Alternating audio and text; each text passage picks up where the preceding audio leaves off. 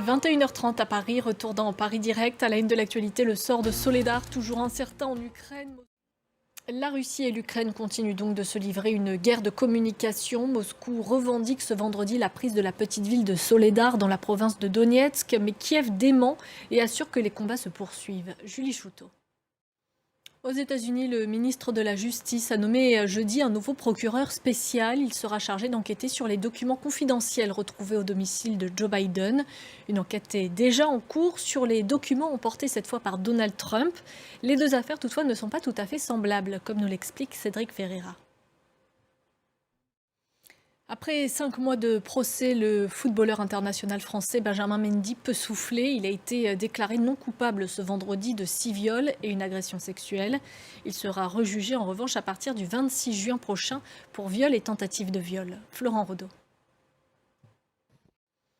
En France, l'inflation a bondi à 5,2% en moyenne sur 2022 selon l'INSEE et c'est une conséquence. Le taux du livret A va être relevé.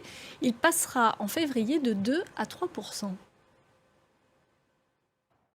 Retour aux États-Unis où des tornades dévastatrices ont de nouveau fait des victimes jeudi dans le sud-est du pays. Au moins 7 personnes ont été tuées en Alabama et en Géorgie où l'état d'urgence a été déclaré. C'est la fin de ce journal. Merci à vous de l'avoir suivi. Paris Direct continue. Dans un instant, vous avez rendez-vous avec Fatimata Wan pour le journal de l'Afrique. Quant à moi, je vous donne rendez-vous demain soir.